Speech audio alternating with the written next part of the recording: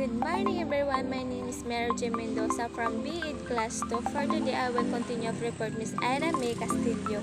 The topic is all about innovative strategy, teaching and learning, GMRC.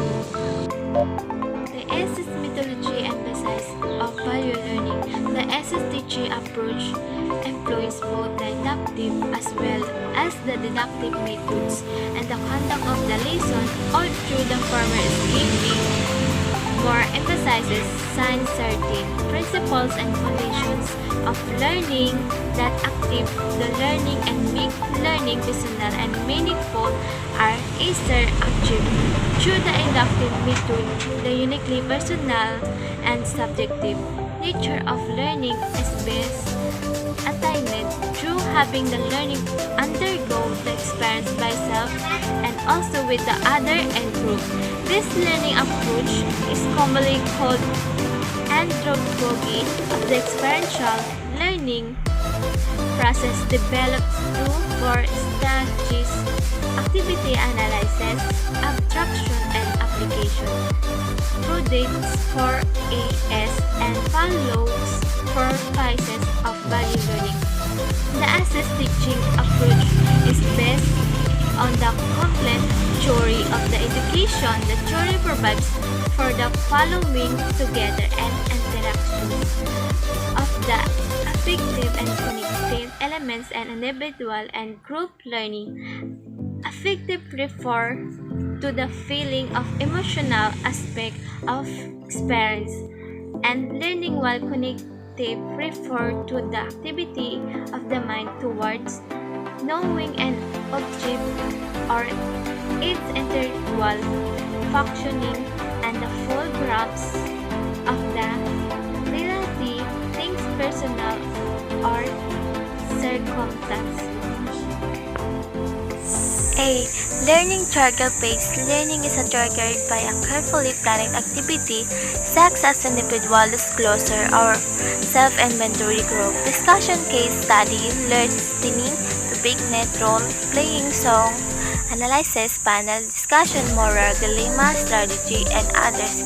These are structured learning activities or experience from which learning, both cognitive and affective, will spring. Strategies used here are mostly values clarification, value analysis, and moral dilemma strategies. In this phase, the student starts to clarify or understand his own feeling, ideas, or thoughts about specific situation, content, and activity. Start the value clarification or analysis with himself through introspection, and rather clarifies with other students through group dynamics or provided for in the activity.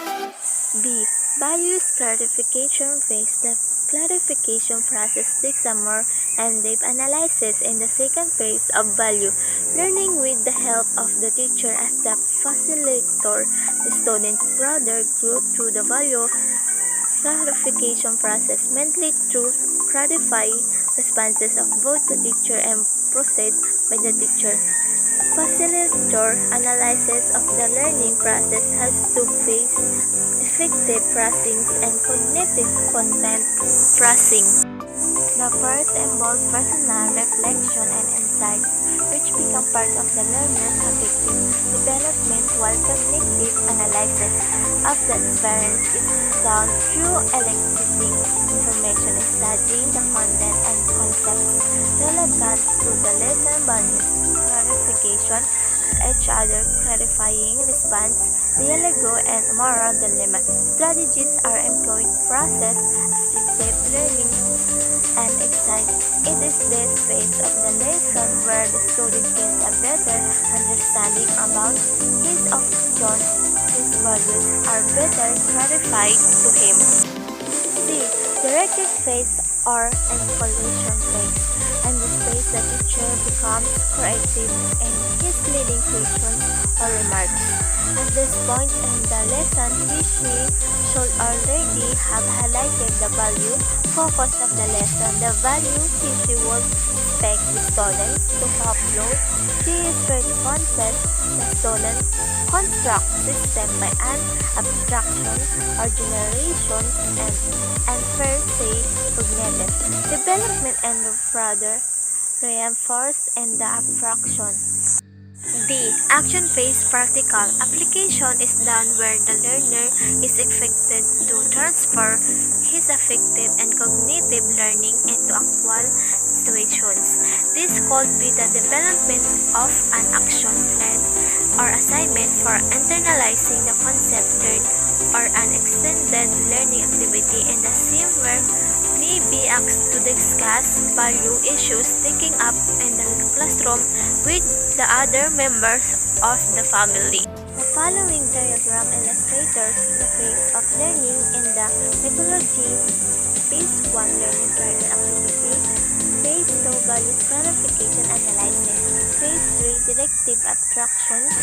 Phase 4 action application. Two ancillary but significant activities are the moral setting and closing activities. The most setting in the assess methodology is not just the motivation statement, but the many activities related to the content of the lesson. Its purpose is to create a conductor methodological element for learning. It is a flexible activity to free students from hang-up intentions, stress, or positivity. It helps create an atmosphere of comfortability with one another, openness or emotion, attempt for self-disclosure, and an effective way of building good structure in the class. A model of the volume process in the context of the teaching and learning cycle. Step 1. Cognitive level. Knowing value assess strikes, exit or a victim. It has to have a knowledge based on which values will be exploded and determine this level. Basically introduce specific values that are to be the subject area to look into and learning how these values affect the self and other, our behavior at work, what our objects are suggested for the hindments to consider knowing whenever and only within the formatory of specific and concept this level should learn store move. It's a second step. Step 2. Conceptual level understanding and the pronoun cycle illustration a mess between knowledge and wisdom knowledge about understanding and puts to insight.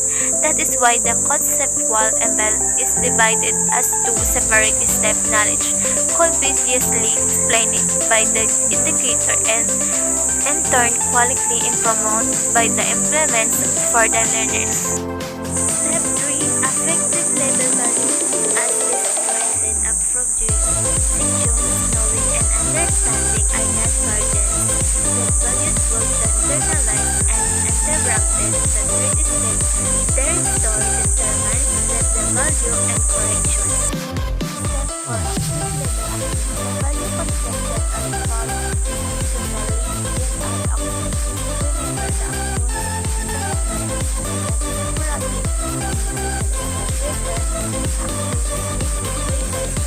the values. Picture in your mind yourself, see yourself in your imagination as you look at yourself, get in touch with how you perceive yourself. When you look at yourself, what do you see? Also get in touch with how you feel about yourself. When you look at yourself, do you like what you see? Pose to ask these questions. What has led me to see myself this way? What influenced me to care about myself this way? Allows your mind to wander and flash and dream of people who have had a great influence in the way you think and feel about yourself. Who are these people? Were they mostly positive or negative influences?